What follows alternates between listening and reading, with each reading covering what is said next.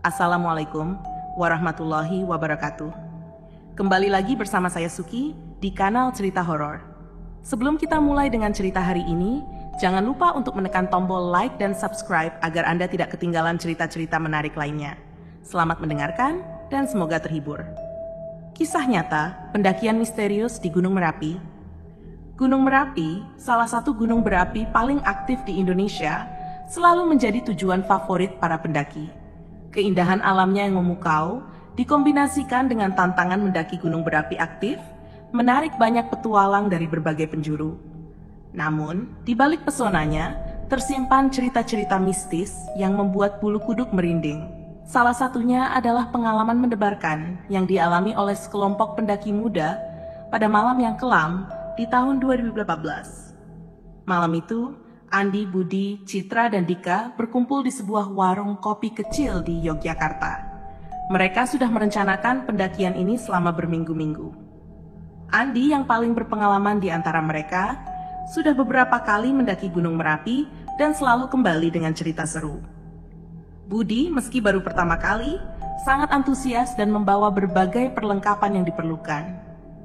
Citra, seorang fotografer amatir, ingin mengabadikan keindahan puncak Merapi, sementara Dika yang cenderung pendiam, ikut serta untuk menghabiskan waktu bersama teman-temannya. Sebelum kita berangkat, ada yang harus kalian tahu, kata Andi dengan nada serius saat mereka duduk melingkar. Merapi bukan gunung biasa. Banyak cerita mistis di sini, jadi kita harus tetap waspada dan menghormati tempat ini. Budi tertawa kecil, mengira Andi hanya bercanda. Ayolah Andi, jangan bikin takut dulu sebelum kita sampai di sana. Namun Citra dan Dika bisa melihat keseriusan di wajah Andi. Meskipun mereka tidak terlalu percaya pada hal mistis, mereka sepakat untuk mengikuti nasihat Andi. Malam itu, mereka berangkat dengan mobil sewaan menuju base camp Selo, salah satu pos pendakian populer di Merapi. Sepanjang perjalanan, Andi menceritakan beberapa pengalaman pendaki lain yang pernah mengalami kejadian aneh. Ada yang mendengar suara-suara aneh, melihat sosok bayangan, hingga hilang tanpa jejak. Meski cerita-cerita itu terdengar seperti kisah urban legend, semuanya menyimpan rasa penasaran dan sedikit ketakutan. Setibanya di base camp, udara dingin langsung menyergap mereka. Mereka segera mempersiapkan perlengkapan dan mulai mendaki sekitar pukul 2 dini hari. Andi memimpin di depan, diikuti oleh Budi, Citra, dan Dika di belakang. Langkah demi langkah mereka tempuh dengan semangat, meski rasa lelah mulai terasa. Namun, semakin mereka naik, suasana semakin mencekam. Hutan yang awalnya hanya gelap mulai terasa menyesakkan. Suara-suara malam yang biasanya menemani pendakian berubah menjadi keheningan yang menakutkan. Citra yang biasanya banyak bicara mulai diam dan lebih fokus pada jalannya. Budi yang dari tadi selalu bercanda mulai menunjukkan wajah serius. Dika yang selalu tenang kali ini tampak sedikit gugup. Tanpa mereka sadari, perjalanan mereka mulai diselimuti kabut tebal. Pandangan mereka semakin terbatas, dan suara langkah kaki mereka terasa semakin berat. Andi menghentikan langkahnya dan memeriksa peta. Kita istirahat sebentar di sini, katanya dengan suara rendah. Saat mereka duduk di atas batu besar, tiba-tiba terdengar suara gemerisik dari balik pepohonan. Semua mata tertuju ke arah suara itu. Mungkin hanya hewan, bisik Budi, mencoba menenangkan diri. Namun mereka semua tahu sesuatu yang lain sedang mengawasi mereka. Pertemuan dengan sesuatu yang tak terlihat. Keheningan malam di puncak Gunung Merapi semakin terasa mencekam. Suara gemerisik dari balik pepohonan membuat suasana semakin tegang. Mereka duduk diam, mencoba mendengarkan dengan lebih jelas apa yang sebenarnya terjadi. Namun, kabut yang semakin tebal membuat pandangan mereka semakin terbatas. Andi mengambil senter dari tasnya dan menyorotkan cahaya ke arah suara tadi. Namun, yang terlihat hanya pepohonan yang berdiri kokoh, seolah tidak ada apa-apa di sana. Ayo kita lanjutkan perjalanan, kata Andi akhirnya, mencoba mengusir rasa takut yang mulai menyelimuti mereka. Mereka bangkit dan melanjutkan pendakian. Setiap langkah terasa semakin berat, bukan hanya karena medan yang menanjak, tetapi juga karena rasa takut yang semakin menguat. Di tengah perjalanan, Dika merasa ada yang aneh. Dia merasa seperti ada yang mengikuti mereka dari belakang. Namun, setiap kali dia menoleh, tidak ada apa-apa di sana. "Teman-teman, kalian merasa ada yang aneh nggak?" tanya Dika akhirnya, suaranya bergetar. Andi berhenti dan menoleh. "Kamu juga merasa kan?" katanya pelan. "Aku dari tadi merasa ada yang mengikuti kita. Tapi mungkin itu hanya perasaan kita saja." Budi dan Citra saling berpandangan, mulai merasa was-was. "Kita harus tetap bersama dan jangan terpisah," kata Citra, mencoba tetap tenang meski jelas terlihat ketakutan di wajahnya. Mereka melanjutkan pendakian dengan lebih hati-hati. Setiap suara dan bayangan terasa seperti ancaman. Hingga akhirnya mereka tiba di sebuah area terbuka yang cukup luas. Di situ, mereka memutuskan untuk beristirahat sejenak dan memulihkan tenaga. Saat mereka duduk beristirahat, tiba-tiba Citra melihat sesuatu yang aneh. Di kejauhan, di balik kabut tebal, terlihat bayangan seorang wanita berdiri diam. Pakaian putihnya berkibar-kibar terkena angin. "Teman-teman, lihat itu!" Citra berbisik dengan nada panik. Semua menoleh ke arah yang ditunjuk Citra. Bayangan wanita itu masih berdiri di sana, tidak bergerak. Wajahnya tidak terlihat jelas karena tertutup oleh rambut panjang yang tergerai. Budi mengusap matanya, memastikan bahwa itu bukan halusinasi. "Siapa itu? Apa mungkin ada pendaki lain di sini?" tanyanya dengan suara gemetar. Andi, meskipun merasakan ketakutan yang sama, berusaha untuk tetap tenang. "Kita jangan mendekat. Mungkin itu hanya ilusi atau bayangan dari kabut." Namun, semakin lama mereka memperhatikan, bayangan wanita itu semakin jelas terlihat. Dan tanpa diduga, wanita itu mulai bergerak mendekati mereka. Langkahnya perlahan tapi pasti. "Kita harus pergi sekarang," Andi memutuskan dengan tegas. Mereka segera berdiri dan mulai berjalan cepat meninggalkan area itu. Namun, bayangan wanita itu semakin cepat mendekati mereka. Rasa takut mereka semakin menjadi-jadi. Mereka hampir berlari, mencoba menghindari sosok itu. Setelah beberapa saat, mereka akhirnya sampai di sebuah batu besar yang bisa dijadikan tempat bersembunyi. Mereka bersembunyi di balik batu, mencoba menenangkan diri. Nafas mereka tersengal-sengal dan keringat dingin membasahi tubuh mereka. "Apa itu tadi?" tanya Budi dengan suara gemetar. Andi menggelengkan kepala. "Aku tidak tahu. Tapi yang jelas itu bukan pendaki lain. Ada sesuatu yang tidak beres di sini." Mereka duduk terdiam, mencoba mengumpulkan keberanian untuk melanjutkan pendakian. Namun mereka tahu, apapun yang mereka hadapi tadi, masih berada di luar sana, mengawasi mereka. Pendakian yang awalnya penuh semangat, kini berubah menjadi petualangan yang penuh teror. Mereka harus mencari cara untuk bisa keluar dari situasi ini dengan selamat. Pertemuan yang menyeramkan. Setelah beberapa saat bersembunyi di balik batu besar, mereka merasa bahwa sosok wanita tadi telah pergi. Meski demikian, ketegangan dan rasa takut masih menyemuti mereka. Mereka saling berpandangan, mencoba mencari keberanian untuk melanjutkan perjalanan. "Aku rasa kita harus segera menuju puncak dan cepat turun kembali," usul Andi. "Semakin lama kita di sini, semakin berbahaya." Tanpa membuang waktu, mereka melanjutkan pendakian dengan langkah cepat namun hati-hati.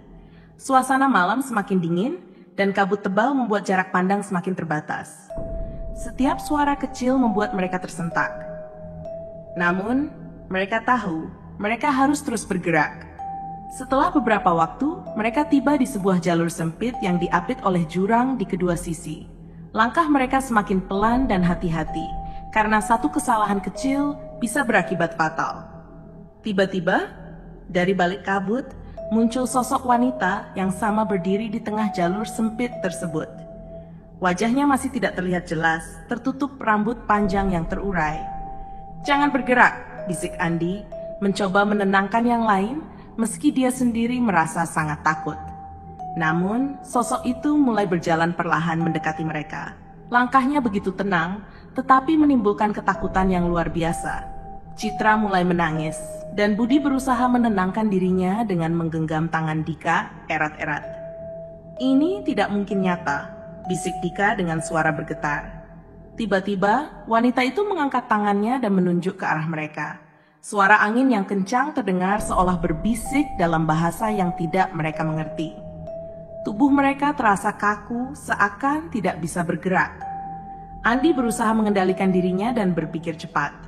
"Ayo, kita harus bergerak ke kanan," teriak Andi, mengambil keputusan cepat untuk berbelok dari jalur utama.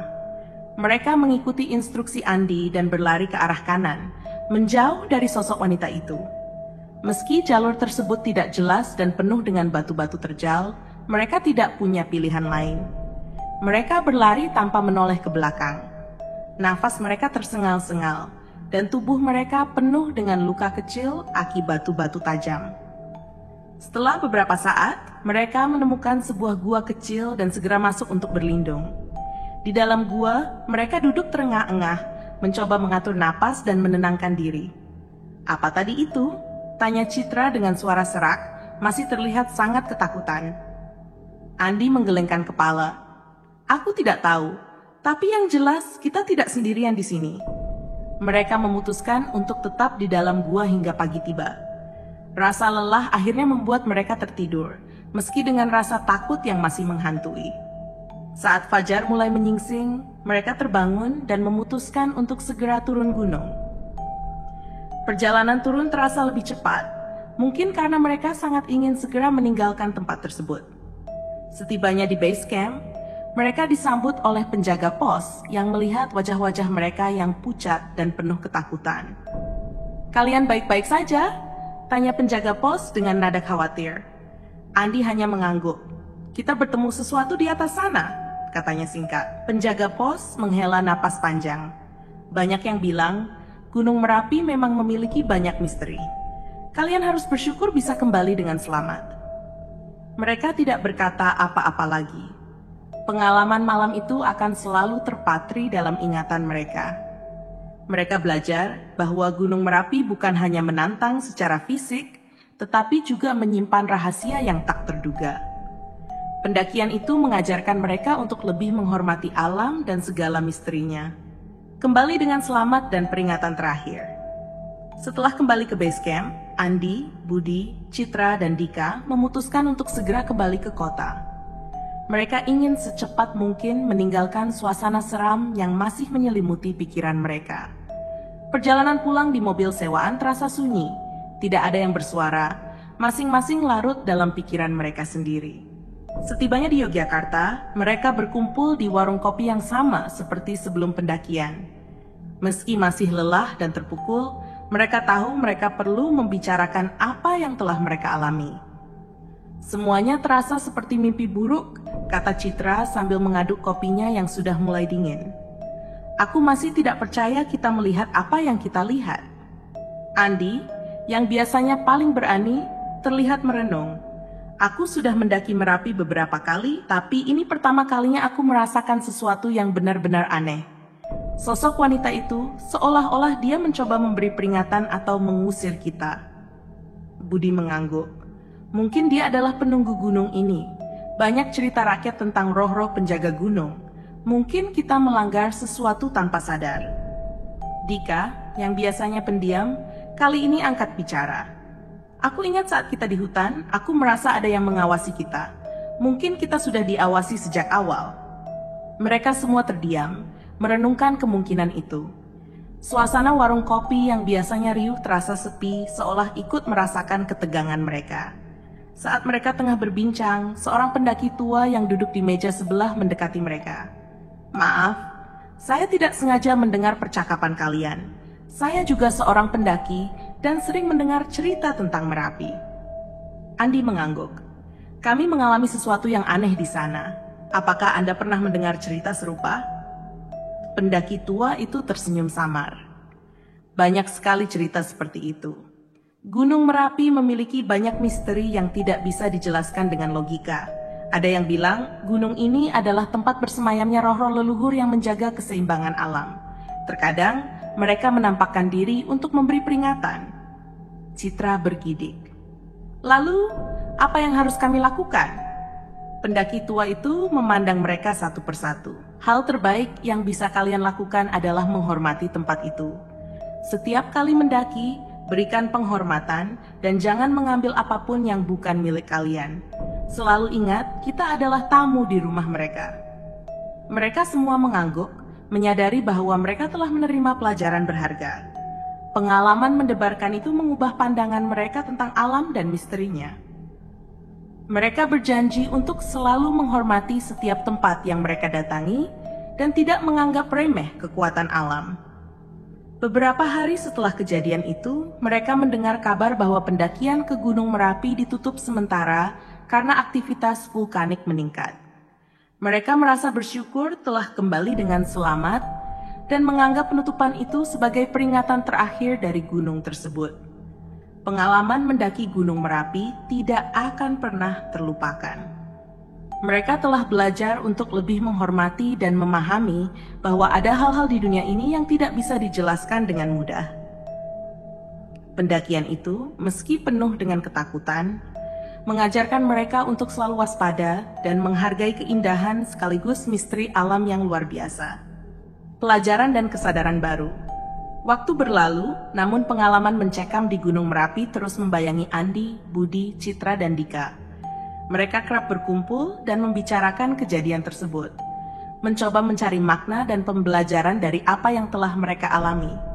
Setiap kali mereka berkumpul, selalu ada cerita baru yang muncul dari memori mereka tentang malam itu. Suatu hari, Andi mengusulkan agar mereka mengunjungi seorang dukun setempat yang dikenal memiliki pengetahuan tentang hal-hal gaib dan spiritual. Meskipun awalnya ragu, akhirnya mereka sepakat, berharap bisa mendapatkan jawaban dan ketenangan. Dukun itu tinggal di sebuah desa kecil di kaki gunung, tidak jauh dari base camp Selo. Ketika mereka tiba, dukun itu menyambut mereka dengan ramah dan segera mengajak mereka masuk ke dalam rumahnya yang sederhana. Setelah mendengarkan cerita mereka dengan seksama, dukun itu mulai berbicara. Gunung Merapi memang bukan gunung biasa, katanya. Banyak yang percaya bahwa gunung ini adalah tempat bersemayamnya roh-roh leluhur yang menjaga keseimbangan alam. Apa yang kalian lihat adalah salah satu dari mereka, mencoba memberi peringatan. Citra, yang selama ini merasa paling terguncang, bertanya dengan suara pelan, "Apakah kami melakukan sesuatu yang salah?" Dukun itu menggelengkan kepala. Tidak ada yang salah dengan apa yang kalian lakukan. Namun, kadang-kadang kehadiran kita bisa dianggap mengganggu. Roh-roh itu hanya ingin memastikan bahwa kalian menghormati tempat itu. Andi mengangguk, merasa sedikit lega. Jadi, apa yang harus kami lakukan sekarang? Dukun itu tersenyum lembut. Setiap kali kalian mendaki atau mengunjungi tempat-tempat yang dianggap sakral, berikan penghormatan. Bawa sesajen kecil seperti bunga atau kemenyan, dan ucapkan doa. Tunjukkan bahwa akan datang dengan niat baik dan menghormati penghuni alam tersebut. Mereka semua mengangguk, merasa telah mendapatkan jawaban yang mereka cari. Setelah berterima kasih kepada dukun itu, mereka kembali ke kota dengan perasaan lebih tenang. Mereka berjanji untuk selalu menghormati dan menjaga alam, tidak hanya saat mendaki gunung, tetapi dalam kehidupan sehari-hari. Beberapa bulan kemudian, mereka memutuskan untuk melakukan pendakian lagi, kali ini ke gunung yang berbeda. Dengan membawa sesajen kecil dan memulai pendakian dengan doa, mereka merasa lebih siap dan lebih sadar akan pentingnya menghormati alam dan segala misterinya. Pendakian kali ini berjalan lancar tanpa kejadian aneh. Mereka berhasil mencapai puncak dengan selamat dan menikmati keindahan alam yang luar biasa. Saat turun, mereka merasa lebih kuat dan lebih bijak. Pengalaman mendaki Gunung Merapi telah mengajarkan mereka pelajaran berharga. Mereka belajar bahwa alam memiliki kekuatannya sendiri dan bahwa kita harus selalu menghormati serta menjaga keseimbangannya. Mereka juga belajar tentang pentingnya kebersamaan dan keberanian dalam menghadapi ketakutan. Meskipun kisah mereka di Gunung Merapi penuh dengan ketakutan dan misteri, itu adalah kisah yang akan selalu mereka kenang dengan rasa syukur. Sebuah perjalanan yang mengubah mereka, membawa kesadaran baru, dan memperkuat persahabatan mereka. Kisah pendakian misterius di Gunung Merapi telah selesai, tetapi pelajaran dan kenangan dari perjalanan itu akan selalu hidup dalam hati mereka. mengingatkan bahwa di balik keindahan alam ada kekuatan yang harus dihormati dan dijaga. Oke teman-teman, sampai di sini dulu cerita kali ini. Terima kasih sudah mendengarkan. Bagaimana menurut kalian? Tulis pendapat kalian di kolom komentar.